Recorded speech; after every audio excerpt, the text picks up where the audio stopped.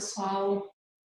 Estamos aqui para falar um pouco sobre as novidades aí trazidas pelas alterações, né, que foram feitas na NR1, sobre a inclusão dos riscos psicossociais, né? Não só essas novidades, mas o que efetivamente a norma exige das empresas na prática, os impactos da suspensão pelo STF, né, das multas poderiam ser aplicadas por infração a essas normas, uma suspensão recente, o que muda para as empresas na prática, como que podem se preparar para evitar ações trabalhistas, futuras autuações pelo Ministério do Trabalho. Então, basicamente isso, né, a gente vai falar rapidamente, são muitas as exigências, mas as principais nós vamos falar aqui, eu vou falar. Então, assim, a ANR1 ela é antiga, né, uma norma antiga já, que traz vários riscos, identifica, né, vários riscos para a saúde, e agora teve essa alteração que foi em agosto de 2024, mas ela só passou a valer em maio desse ano. E ela incluiu como risco esses fatores psicossociais que eu vou explicar mais adiante do que se trata. E ela passou a exigir um mapeamento desses riscos, a análise e a indicação de medidas preventivas, tal como ela faz com outros riscos, né, que são até, causam aí o adicional de direito ao empregado, ao adicional de insalubridade, por exemplo. Então, esses riscos de adoecimento no ambiente de trabalho, eles geraram uma preocupação ao Ministério do Trabalho e houve essa alteração recente. Então, visando aí melhorar o desempenho, né, em termos de segurança e saúde nesse meio. Então, as principais obrigações da empresa foram trazidas com essa norma, dentre elas, teve a necessidade de incluir no PGR, né, então, Programa de Gerenciamento de Risco, e aí são termos mais técnicos, né, eu sou advogada, mas eu vou tentar trazer para vocês, assim, o que a gente conhece da norma, eu sei da norma, e o que impacta em termos jurídicos, né, para a empresa. Mas, então, existe o PGR e o GRO, que é o Gerenciamento de Riscos Ocupacionais. E nesse programa precisa ser incluído o risco psicossocial como um dos riscos possíveis. Caso ele não exista, vai ter que constar ali que não existe, mas ele precisa estar ali elencado como possíveis riscos no ambiente de trabalho. E aí, não só o mapeamento desses riscos, antes, como a análise deles e a avaliação, né, e a busca pelo controle desses riscos. Então, o que são esses riscos psicossociais, ao final, né, que tanto falam? Então, eles são condições, né, são características do ambiente de trabalho que eles podem trazer algum tipo de prejuízo à saúde ou bem-estar. E, na prática, são situações muito concretas no dia a dia, com prazos impossíveis, metas inatingíveis, né, e sem uma autonomia, sem poder de decisão, né, e aí fica, via de regra, a gente coloca como exemplo isso para ficar mais claro para as pessoas, né, para as empresas. Então, via de regra, ele está sem a autonomia de decidir, sobrecarregado, às vezes vinculado a um gestor, né, numa condição de respeito, às vezes não necessariamente, mas isso daí fica muito mais claro ainda quando tem a questão de humilhação, de desrespeito, principalmente na frente de outras pessoas, né, de outros empregados, e até outros ambientes, né, também que são avaliados, onde a qualidade interpessoal ela é ruim. Às vezes a pessoa não está sobrecarregada, mas é um ambiente pesado, né, e aí não tem essa relação interpessoal adequada para promover uma segurança desse meio. O estilo de liderança também de equipe é importante, questão de trabalhar com alta pressão, sem clareza do que a pessoa tem que fazer. Tudo isso é mapeado, né?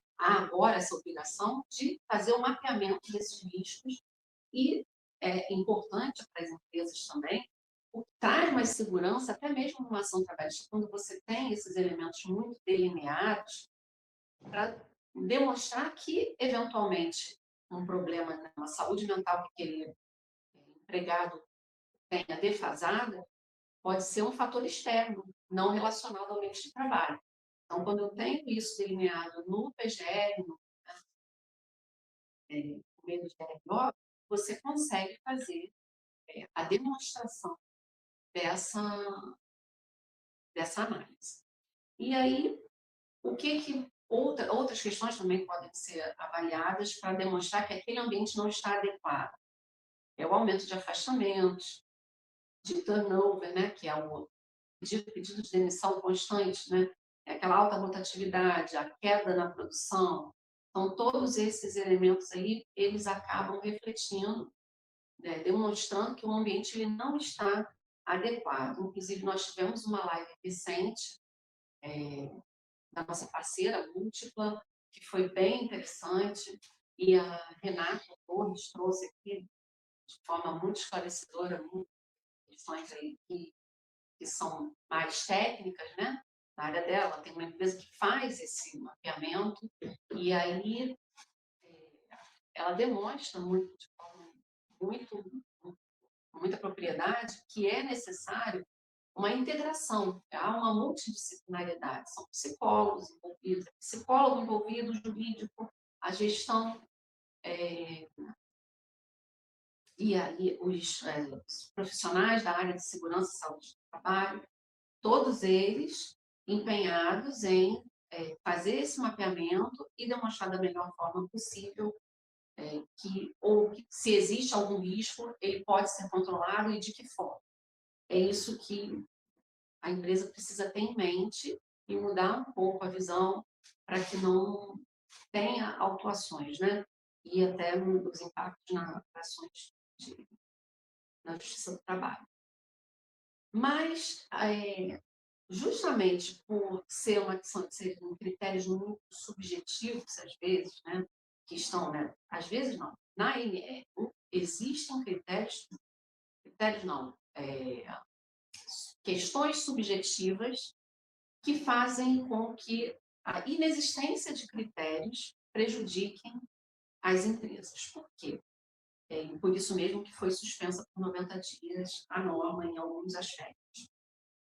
A ausência de uma metodologia, né, adequada para demonstrar como que vai ser feito esse mapeamento, quais os critérios que devem ser observados, deixando para que a empresa apresente os critérios, traz uma insegurança, porque até os auditores fiscais, tenho certeza, têm dúvidas, tiveram dúvidas em como autuar uma empresa se nem eles mesmos têm critérios objetivos de como deve estar no PGR determinado mapeamento, determinado controle. Então, essa questão da ausência de metodologia, a ausência, por exemplo, existe um item na NR1 que faz menção à NR17, que é uma outra norma que analisa outros tipos de riscos e exigem documentos. Essa norma ela exige uma avaliação técnica, tem dois nomes específicos: a avaliação ergonômica preliminar, que é a AEP, e a análise ergonômica do trabalho, que é a AET. Então, em dado momento ali na NR1, um dos itens dela, eles colocam que deve ser observada a NR17, mas eles não falam que na fiscalização vai ser exigida essa avaliação. E de que forma essa avaliação é feita? Diferente da NR17, que tem todos os elementos ali, né, muito bem delineados, na NR1 não é o caso. Então, a falta de clareza, né, gerando insegurança jurídica para as empresas, gerou o STF, gerou essa suspensão pelo STF por 90 dias. Isso foi em junho, 5 de junho. Então, até setembro, a gente vai ter aí, provavelmente, alguma outra forma, né, que eles vão delinear, acreditamos. Vamos ver se eles vão suspender por mais algum tempo, a gente vai ficar aí nesse meio tempo aguardando. Mas o que o STF colocou na decisão dele foi a suspensão de alguns itens que eu vou falar aqui com vocês, e, além disso, determinou que fosse enviado para um setor específico de conciliação, que é chamado Núcleo de Solução Consensual de Conflitos, no SOL, do STF, para que haja uma conciliação entre as partes no sentido de melhor, de dar uma melhor redação para esses itens. Então, alguns itens que foram suspensos. O item que determina a inclusão do risco, né, psicossocial no gerenciamento de riscos ocupacionais, que é o GRO, que é o item 15314, que ele fala: o gerenciamento de riscos ocupacionais ele deve abranger os riscos que decorrem dos agentes físicos, químicos, biológicos, riscos de acidentes e riscos relacionados aos fatores ergonômicos, incluindo os fatores de risco psicossociais relacionados ao trabalho. Como eu dei o exemplo, né, da questão de outros riscos, como o ruído, ele fica muito fácil de você, quer dizer, o auditor, na hora de visitar uma empresa e verificar, apurar essa questão do risco ligado ao ruído, por exemplo, ele vai fazer ali uma medição do ruído e ele vai na norma adequar ali e já vai ver se a empresa está observando ou não. Então, não está muito claro na NR1, por isso foi suspenso, como que esses critérios são adotados. Outro item é que, exatamente esse da NR17, que é a organização, ou seja, a empresa deve considerar as condições de trabalho nos termos da NR17, incluindo os fatores de risco psicossociais relacionados ao trabalho. Esse é um outro item que está suspenso. Então, qualquer visita de auditor fiscal que faça uma autuação e ao final ele faça uma autuação por descumprimento desse item, não vai poder existir porque essa questão está suspensa, né? Se ele aplicar alguma multa, o Ministério do Trabalho não vai poder exigir. Na verdade, ele não poderia nem autuar porque está suspenso. Então, fiquem atentos a isso. Quanto à organização, quanto a outro item, a organização deve selecionar as ferramentas e técnicas de avaliação de riscos que sejam adequadas ao risco ou circunstância em avaliação. Daí a gente vê que é muito subjetivo, né? Então, a própria empresa tem que selecionar as ferramentas e técnicas de avaliação de riscos. Ok, ela vai fazer todo o plano, né, de ação dela, de medidas e tal, então, que ela colocar o auditor fiscal não vai ter condições de questionar como que é feito isso. Daí, diante dessa subjetividade, o STF determinou a suspensão. Da mesma forma, o outro item que fala, o 54422, a organização deve detalhar em documento os critérios das gradações de severidade, da probabilidade, enfim, qualquer coisa que deixe para a empresa fazer o detalhamento sem estabelecimento de critérios é subjetivo, por isso também foi suspenso. O outro item foi o 154453, para a probabilidade de ocorrência das lesões ou atrasos de saúde decorrentes de fatores econômicos, incluindo os fatores de riscos psicossociais relacionados ao trabalho. A avaliação de risco deve considerar as exigências da atividade de trabalho e a eficácia das medidas de prevenção implementadas. Também outra questão subjetiva que o STF assim entendeu e por isso determinou a suspensão. Então, essa ausência aí de subjetividade, a questão da subjetividade foi um fator primordial.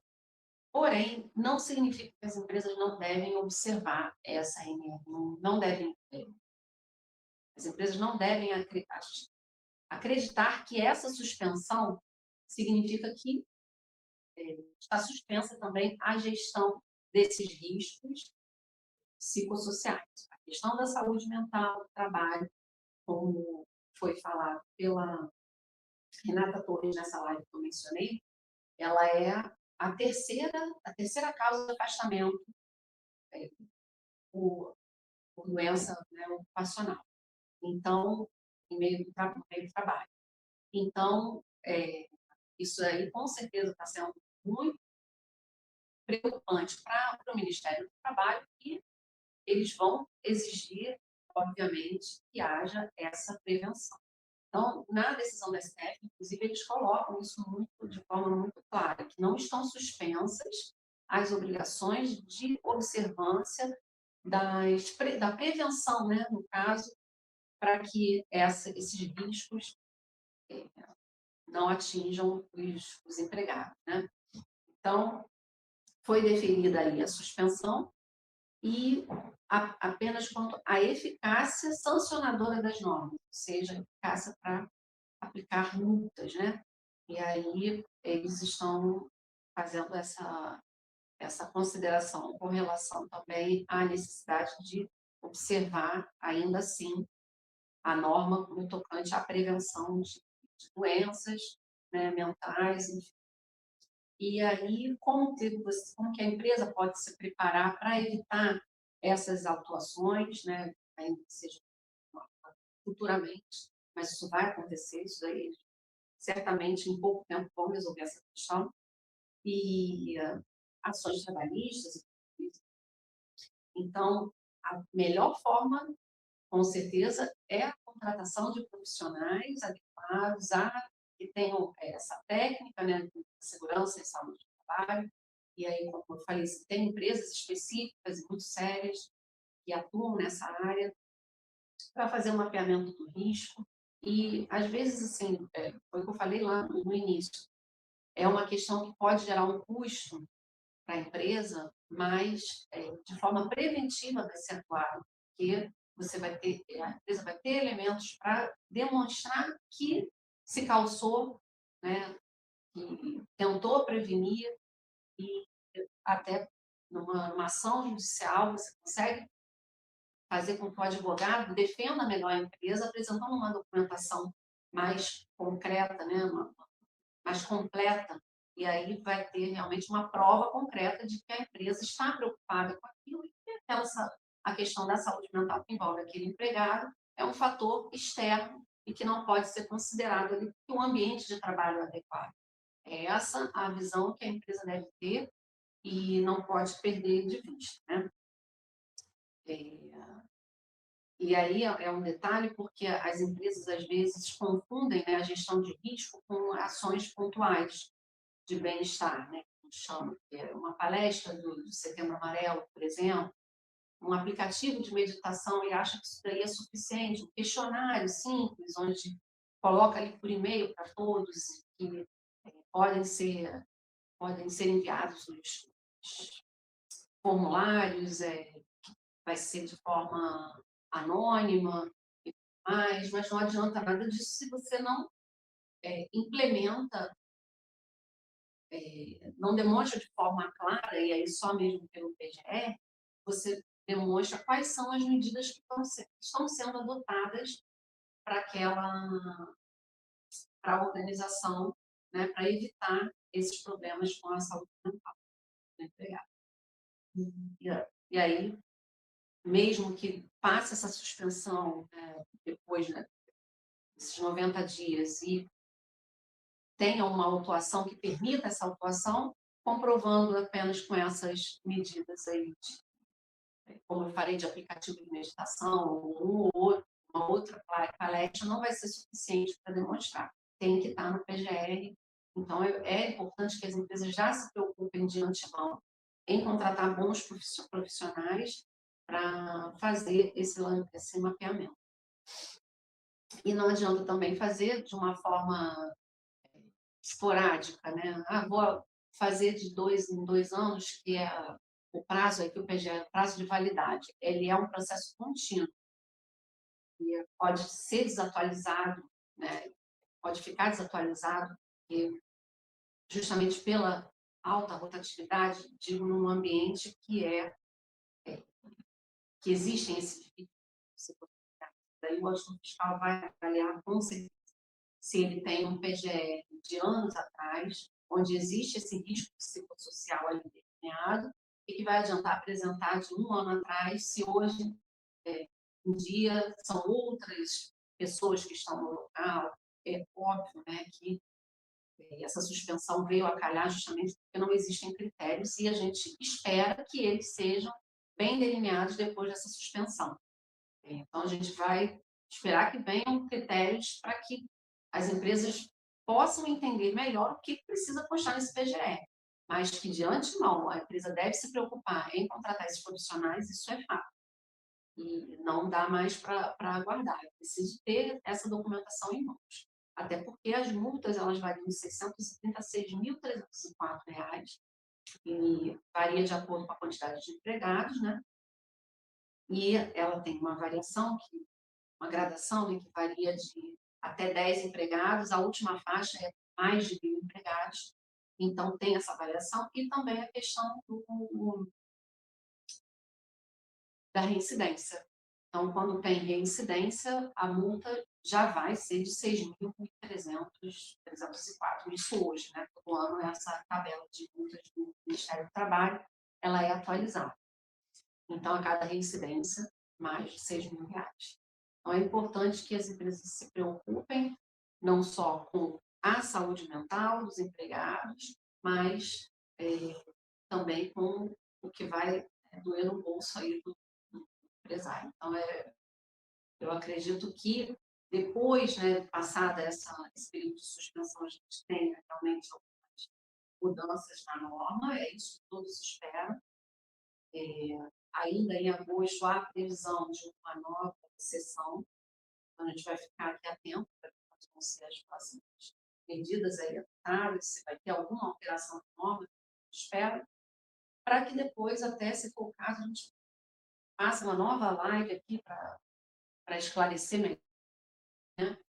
Mas, a princípio, o que nós temos são essas questões. Aí, assim, foi bem rápido, como eu falei, né?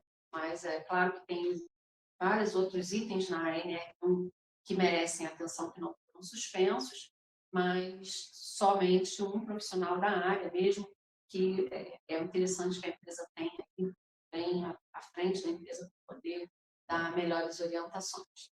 Tá? Bom, eu vou ver aqui se teve alguma pergunta. Bom, Giovana aqui está perguntando qual seria o conselho que eu daria ao empresário que ainda não iniciou a adequação à nova NR1. Então, é exatamente o que eu falei, né?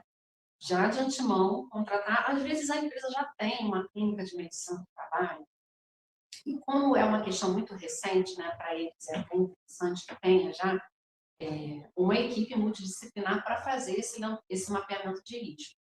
Então, por mais que não seja, por enquanto, né, está suspenso, não seja imposto, e no PGR inclua o risco psicossocial como um dos fatores, é aconselhável que a empresa já se preocupe em fazer esse PGR incluindo o risco psicossocial, ainda que ele não seja, que a norma não esteja ainda muito clara, certamente um profissional da área ou a equipe multidisciplinar vai saber conduzir da melhor forma. E aí, se eventualmente houver alguma alteração na NR1, o profissional vai adequar. E é uma questão de ajuste, né? Porque eu sei que tem um custo para que aquele PGR seja feito, e aí ajusta com os profissionais aqui para que eventual adequação no margem de mudança, e tem algum valor ali específico que possa ser negociado para que não tenha também muito custo para o empresário que está se precavendo dessa questão. Mas acho que dessa forma essa é a melhor forma de iniciar a adequação a essas alterações da NR1. Sem mais perguntas, então a gente vai encerrar aqui, mas qualquer dúvida que tenham, a MSA está à disposição, nós temos uma equipe trabalhista que com certeza vai dar toda a atenção para vocês, e temos também a nossa parceira múltipla que está super alinhada com essas novidades. Espero que tenham gostado e que tenha sido esclarecedora essa live. Tchau, tchau, até a próxima. Yeah.